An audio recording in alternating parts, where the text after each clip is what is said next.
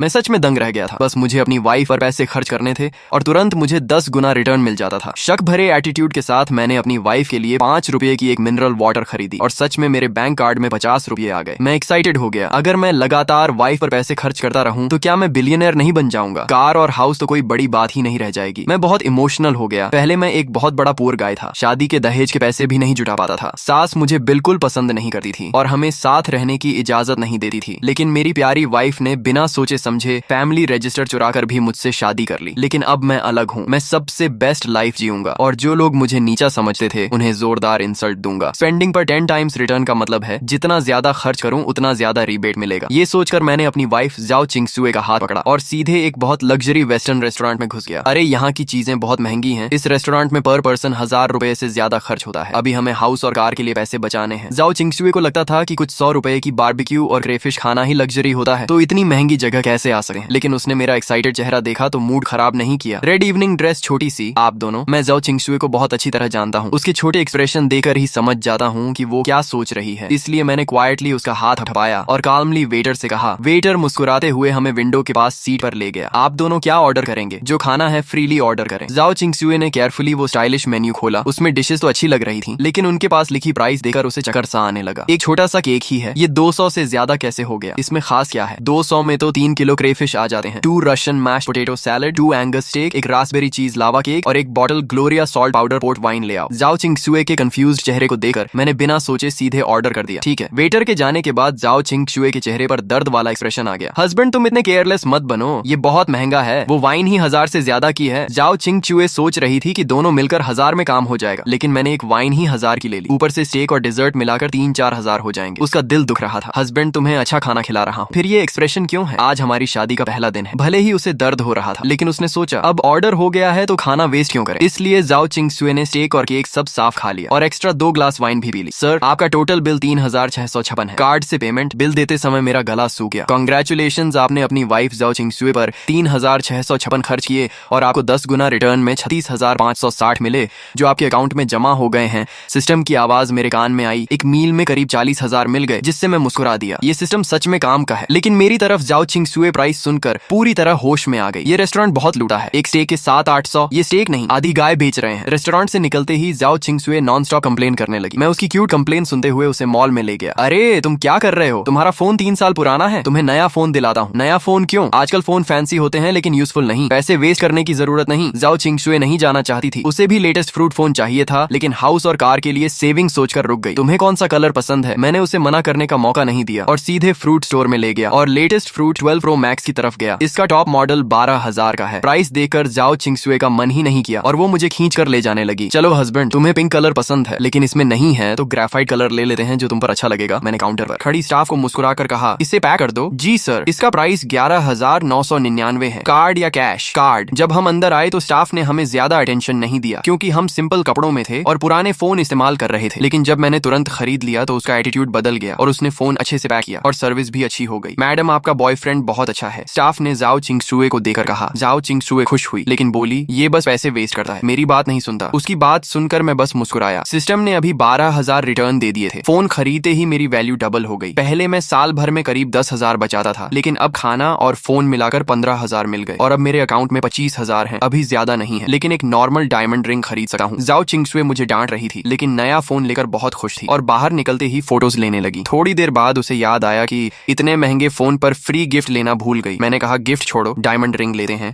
और उसे सीधे दूसरे फ्लोर के टिफनी स्टोर में ले गया। टिफनी दुनिया के सबसे बड़े लग्जरी ज्वेलरी ब्रांड्स में से एक है। जाओ चिंगसुए को इसके बारे में पता था। उसने मैगजीन्स में इसके रिंग्स देखे थे, उसे भी चाहिए था, लेकिन उसे लगता था कि डायमंड लेना सही नहीं क्योंकि गोल्ड की वैल्यू ज्यादा स्टेबल होती है। वो ग्लास काउंटर में रिंग्स देखते हुए धीरे से मुझसे बोली, ये बहुत महंगे हैं, डायमंड क्यों ले? गोल्ड लेते हैं, हम देखते हैं, सब ठीक हो जाएगा। उसकी ये बात सुनकर मुझे पता नहीं क्यों अचानक आंखों में हल्की सी जलन सी महसूस हुई। स्कूल में सबके सामने मजाक बने रहने वाले मेरे जैसा इंसान जाओ चिंगसुए को चाहने वाले अमीर लड़कों की कमी नहीं थी। उसकी कंडीशन के हिसाब से वो आसानी से किसी अच्छे फैमिली वाले बॉयफ्रेंड को चुन सकती थी। बाकी लड़कियों की तरह फेस्टिवल्स पर नए फोन, महंगे कॉस्मेटिक्स और सुंदर बैग्स पा सकती थी, लेकिन उसने मुझे ही चुना। तुम्हें कौन सा पसंद है? जो चाहो चुन लो, मैं सब खरीद दूंगा। मेरी बात सुनकर जाओ चिंगसुए हैरान रह गई और पलटकर मुझे डिसबिलीफ के साथ देखने लगी। सुयान तुम हद कर रहे हो, आज हमने ऑलरेडी इतना खर्च किया है खाना और फोन पर, मैं ऑलरेडी बहुत खुश हूँ। अब डायमंड रिंग लेना ज्यादा हो जाएगा। हमने पहले ही तय किया था कि ऐसे फैंसी और नॉन अनप्रैक्टिकल चीजें नहीं खरीदेंगे। वो मुझे डांट रही थी, लेकिन मुझे फर्क नहीं पड़ा, बल्कि मेरी नजर ग्लास काउंटर में रखी एक गोल येलो डायमंड रिंग पर टिक गई। अगर मुझे सही याद है तो जाओ चिंगशुए ने पहले मैगजीन में ये रिंग देखी थी, तब उसकी प्राइस मैंने नहीं देखी थी, लेकिन यहाँ उसकी प्राइस 22 लाख थी। यही ले लेते हैं, मैंने जाओ चिंगशुए से पूछा, लेकिन उसके जवाब का इंतजार किए बिना ही मैंने स्टाफ से कहा, इसे निकाल कर मेरी गर्लफ्रेंड को ट्राई कराओ। सर, ये रिंग हमारी समर लिमिटेड एडिशन है जिसकी प्राइस 22 लाख है। हमारे कपड़े बहुत साधारण थे और हम ऐसे लग रहे थे जैसे बेसिक रिंग भी अफोर्ड नहीं कर सकते। इसलिए स्टाफ की आंखों में साफ इम्पेशंस और डिसरिस्पेक्ट दिख रहा था। कोई भी हमें सर्व करने नहीं आ रहा था। उनके चेहरे पर साफ लिखा था,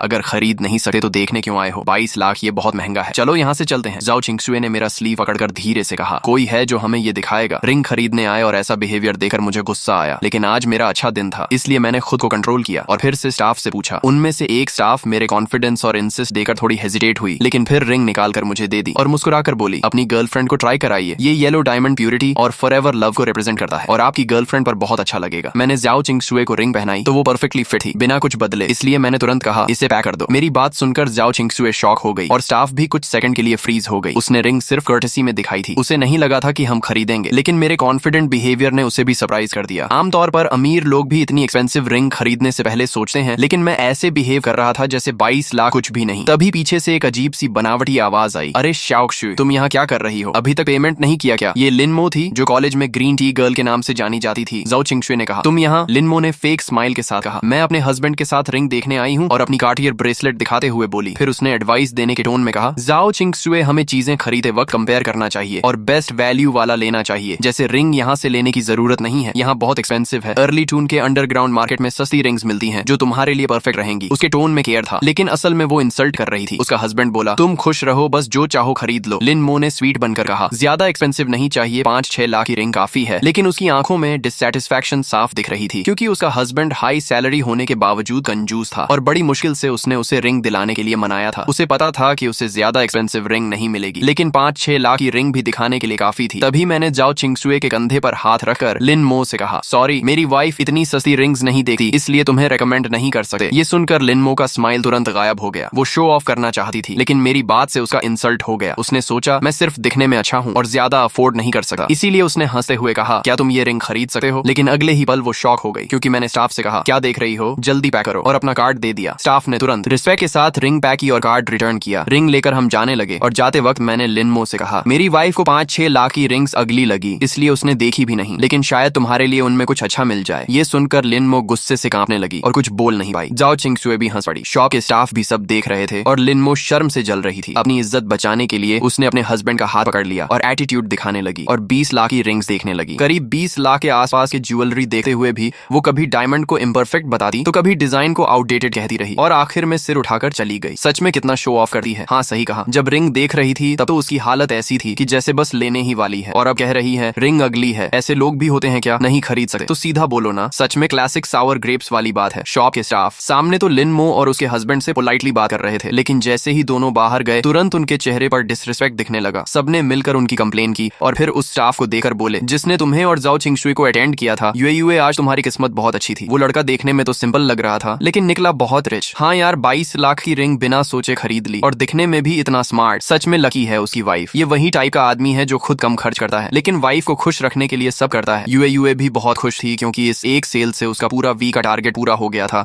इसलिए उसका मूड बहुत अच्छा था। उसने कहा, सही है पार्टनर, ऐसा होना चाहिए जो वाइफ को पैम्पर करे। लेकिन जाओ चिंगशुए को ये सब नहीं पता था। आज 20 लाख से ज्यादा खर्च होने से वो अभी भी नर्वस थी। उसने देखा कि तुम अभी भी एक्साइटेड हो और शायद कॉस्मेटिक्स देखने का सोच रहे हो, तो उसने जल्दी से तुम्हें घर ले गई। घर पहुंचते ही उसने तुम्हें पकड़कर पूछा, सच बताओ तुम्हारे पास इतने पैसे आए कहां से? कहीं तुमने अपनी सारी सेविंग तो खर्च नहीं कर दी? अपने हाथ में बड़ी सी रिंग को देखते हुए वो तुम्हारी गोद में बैठकर तुम्हारा चेहरा पकड़कर पूछने लगी। तुमने कहा कि मैंने हाल ही में कंपनी का एक बड़ा प्रोजेक्ट कंप्लीट किया है, ये उसी का बोनस है। सिस्टम वाली बात तुम उसे बता नहीं सकते थे, और बताने पर भी वो शायद बिलीव नहीं करती, इसलिए तुमने ये एक्सक्यूज दे दिया। ये सुनकर जाओ चिंगशुए और ज्यादा परेशान हो गई और बोली, क्या बोनस मिला तो तुम ऐसे ही खर्च कर दोगे? ये तो हमारे हाउस का डाउन पेमेंट था। तुमने मजाक में कहा तो क्या रिंग वापस कर दें? शायद 10-15 लाख वापस मिल जाए। जाओ चिंगशुए तुरंत सीरियस होकर बोली, मैं इतनी बेवकूफ नहीं हूँ, ये मेरी रिंग है, तुम इसे वापस नहीं कर सकते। और ऐसे रिएक्ट करने लगी जैसे तुम सच में उससे रिंग छीन लोगे। थोड़ी देर मस्ती करने के बाद वो थकर सो गई। तुमने उसके सोने के बाद उसके फॉरहेड पर हल्का सा किस किया और फिर उसका फोन उठाकर उसका शॉपिंग ऐप ओपन किया। जाओ चिंगशुए को ऑनलाइन शॉपिंग बहुत पसंद थी, लेकिन वो सिर्फ चीजें देखती थी, पसंद आने पर कार्ट में डाल देती थी, लेकिन रेयरली खरीदी थी। तुम कई बार उसका पूरा कार्ट खरीदना चाहते थे, लेकिन पैसे नहीं थे। अब अकाउंट में 2 मिलियन से ज्यादा थे, तो तुमने बिना सोचे सोचे उसका पूरा कार्ड चेकआउट कर दिया। उसमें मोस्टली ड्रेसेस, कॉस्मेटिक्स और एक्सेसरीज थी और टोटल करीब 12 लाख हुआ। इससे तुम्हें 1.2 मिलियन का रिटर्न मिला और पहले के पैसे मिलाकर अब तुम्हारे अकाउंट में लगभग 3.7 मिलियन हो गए। इतने पैसे शायद बड़े शहर में हाउस खरीदने के लिए कम हो, लेकिन कार खरीदने के लिए काफी है। ये सोचते हुए तुम जाओ चिंगशुए को गले लगाकर सो गए। अगले दिन सुबह तुमने अपनी आंखें मली और जाओ चिंगशुए का सुंदर सा चेहरा तुम्हारे सामने था। वो बोली, ओ लेजी पे उठ जाओ, ब्रेकफास्ट तैयार है। आराम से ब्रेकफास्ट करने के बाद जाओ चिंगशुए ठोड़ी पर हाथ रखकर एक्साइटेड होकर प्लान बनाने लगी कि आज छुट्टी है तो कहाँ घूमने जाए। उसने फोन निकालकर गाइड देखने लगी कि कहाँ टिकट और ट्रैवल का खर्च कम पड़ेगा, लेकिन तुमने पहले ही डिसाइड कर लिया था, इसलिए तुमने उसका फोन रखवा दिया और मुस्कुराते हुए उसका हाथ पकड़कर उसे बाहर ले गए। जाओ चिंगशुए भोलेपन से तुम्हारे पीछे चल पड़ी, लेकिन कल के बड़े खर्च को याद करके उसने तुम्हें वार्न किया कि आज मुझे एक्सपेंसिव जगह मत ले जाना, 100 रुपए से ज्यादा का खाना मैं भूखी रह जाऊंगी, पर नहीं खाऊंगी। तुमने कहा ठीक है, मैं तुम्हें लो बजट जगह ले जाऊंगा। ये सुनकर वो मान गई और तुम्हारे साथ चल पड़ी। लेकिन जब मेट्रो से उतरकर वो डेस्टिनेशन पर पहुंची और 4S शोरूम का बड़ा सा बोर्ड देखा तो वो शॉक हो गई। ये है तुम्हारी लो बजट जगह। तुम उसका हाथ पकड़कर अंदर ले जाते हुए बोले, हम बस एक 1-2 मिलियन की कार ही लेंगे, करोड़ों वाली स्पोर्ट्स कार्स को तो हम देखेंगे भी नहीं। तुम उसे खींचते हुए अंदर ले गए और उसके सैड एक्सप्रेशन को इग्नोर कर दिया। ये शोरूम बहुत बड़ा था जिसमें 3 फ्लोर थे। पहले फ्लोर पर नॉर्मल कार्स थी जिनकी प्राइस आमतौर पर 1 मिलियन से कम थी, दूसरे फ्लोर पर मिलियन रेंज की कार्स थी और तीसरे फ्लोर पर सिर्फ VIP मेंबर्स ही जा सकते थे। इसलिए तुम जाओ चिंगशुए को सीधे दूसरे फ्लोर पर ले गए। पहले फ्लोर पर वो थोड़ा नर्वस थी, लेकिन दूसरे फ्लोर पर आकर वो रिलैक्स्ड हो गई क्योंकि उसे पता था कि यहाँ की कार्स तुम अफोर्ड नहीं कर सकते। उसने एक रेड पोर्शे कायन पसंद कर ली और सेल्स गर्ल को बुलाकर पूछा, इसकी प्राइस क्या है। सेल्स गर्ल ने तुम्हें पहले ही देख लिया था और उसे लगा कि तुम लोग अफोर्ड नहीं कर सकते, इसलिए वो पहले इग्नोर कर रही थी। लेकिन जब तुमने बुलाया तो उसने कैजुअली कहा, इंश्योरेंस मिलाकर इसकी प्राइस करीब 2.2 मिलियन है। तुमने बिना सोचे तुरंत कहा, ठीक है मैं ये लेता हूँ। ये सुनकर जाओ चिंगशुए और सेल्स दोनों शॉक हो गए। तुमने फिर कामली रिपीट किया कि मैं यही कार ले रहा हूँ। जाओ चिंगशुए कुछ बोल नहीं पाई और तुम्हारी शर्ट खींचने लगी, लेकिन तुमने इग्नोर किया और सेल्स से कहा, कार्ड स्वाइप करो। सेल्स तुरंत एटीट्यूड बदलकर तुम्हें VIP एरिया में ले गई और प्रोसेस शुरू कर दिया। तुमने जाओ चिंगशुए के सिर पर हाथ फेरते हुए कहा कि ये कार मैं अपनी वाइफ के लिए ले रहा हूँ ताकि वो आराम से ऑफिस जा सके। सेल्स ने जाओ चिंगशुए की खूब तारीफ की और कहा, तुम दोनों परफेक्ट कपल हो। थोड़ी देर बाद जाओ चिंगशुए शांत हो गई। तभी सिस्टम की आवाज आई कि जाओ चिंगशुए के लिए 2.2 मिलियन की पोर्शे खरीदने पर तुम्हें 20 मिलियन का रिवॉर्ड मिला है और साथ में बोनस में एक फेरारी लाफेरारी भी मिली है। ये सुनकर तुम अंदर से बहुत खुश हो गए क्योंकि तुम्हें एक्स्ट्रा सुपर कार मिल गई। लाफेरारी जैसी कार करोड़ों की होती है और तुमने कभी सोचा भी नहीं था कि तुम्हारे पास ऐसी कार होगी। तुम एक्साइटमेंट में खो गए। तभी जाओ चिंगशुए ने गुस्से में कहा कि तुम मेरी बात सुन भी रहे हो या नहीं, और गुस्से में एक ग्रेप खा लिया। फिर तुमने हंसते हुए कहा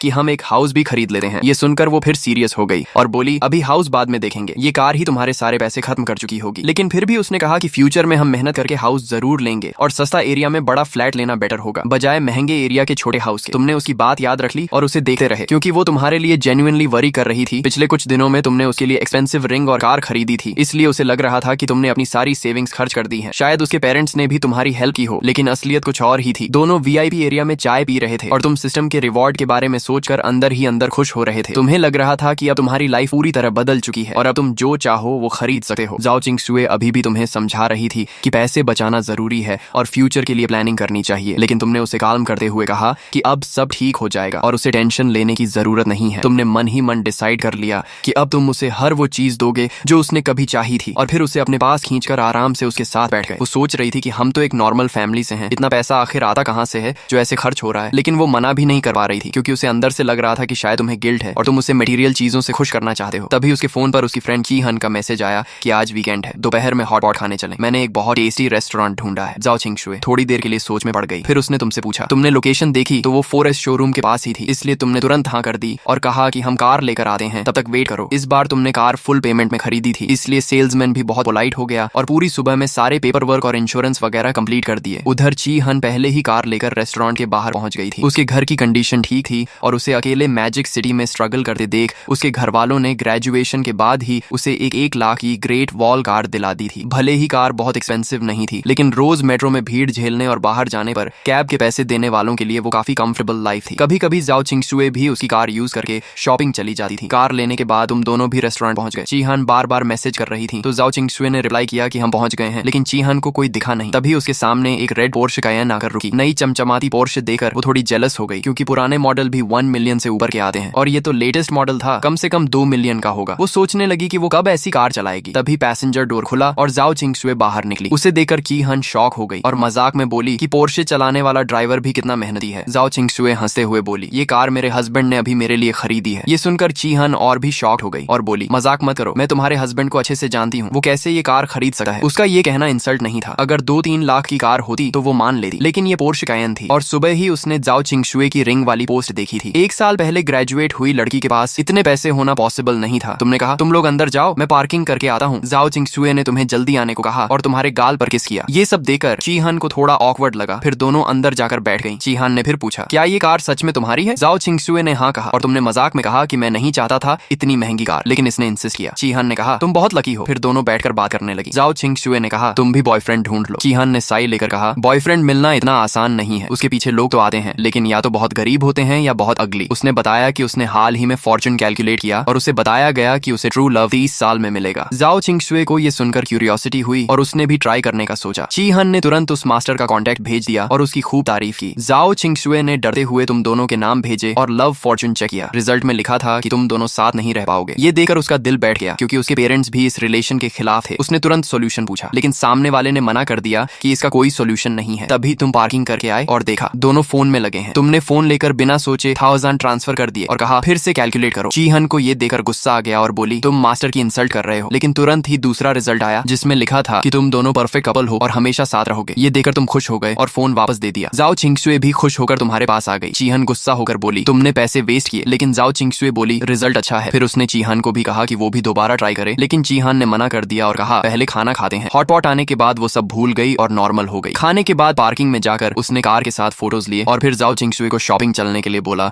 लेकिन तभी जाओ चिंगशुए को उसकी माँ का कॉल आया और उसे घर बुलाया गया। उसका घर आउटस्कर्ट्स में था और वहां पहुंचने में 2 घंटे लगते थे, इसलिए वो अकेले मेट्रो से चली गई क्योंकि उसका लाइसेंस अभी नहीं आया था। तुम और चीहान भी अपने अपने घर चले गए। तुमने कार पार्किंग में लगाई और जैसे ही अंदर जा रहे थे तभी एक फेरारी ला फेरारी तुम्हारे सामने आकर रुकी। तुम उसे देखकर इम्प्रेस हो गए, लेकिन तभी तुम्हारी वाइफ का कॉल आया और उसने घबरा कर कहा सू यूएन सब खत्म हो गया। मेरी माँ को पता चल गया कि हुकू बुक गायब है। कल सुबह से ही प्रॉब्लम शुरू हो गई है। जाओ किंगशुए मेरे साथ मैरिज सर्टिफिकेट लेने के लिए चुपके से घर गई और हाउस होल्ड रजिस्टर चुरा लाई। ये हाउस होल्ड रजिस्टर आमतौर पर उसकी माँ अपने बेडरूम के बेड साइड टेबल के नीचे रखती थी। नॉर्मल तौर पर जब जरूरत नहीं होती तो उसे कोई छूता भी नहीं था। उसने सोचा था कि बाद में मौका देकर चुपके से वापस रख देगी, लेकिन किस्मत देखो आज ही उसकी माँ को पता चल गया। कुछ दिन पहले जाओ किंगशुए ने अपनी माँ से मेरे साथ शादी की बात की थी, इसलिए उसकी माँ तुरंत समझ गई कि रजिस्टर कहाँ गया है। इसलिए उसने तुरंत जाओ किंगशुए को कॉल किया। पहले तो वो उसे बहुत बुरी तरह डांटना चाहती थी, लेकिन फिर उसने सोचा कि जब बेटी रजिस्टर लेकर भाग ही गई है तो अब डांटने का कोई फायदा नहीं। इसलिए उसने खाने का बहाना बनाया और उसे घर वापस बुलाकर बंद करने का प्लान बनाया। अब जाओ किंगशुए घर में बंद है और बाहर नहीं निकल सकती। मुझे भी उसने चोरी छुपे बाथरूम में छुपकर कॉल किया। मैंने कहा कोई बात नहीं, मैं अभी आता हूँ। उसकी बात सुनकर मैं भी थोड़ा घबरा गया, लेकिन जल्दी ही खुद को संभाल लिया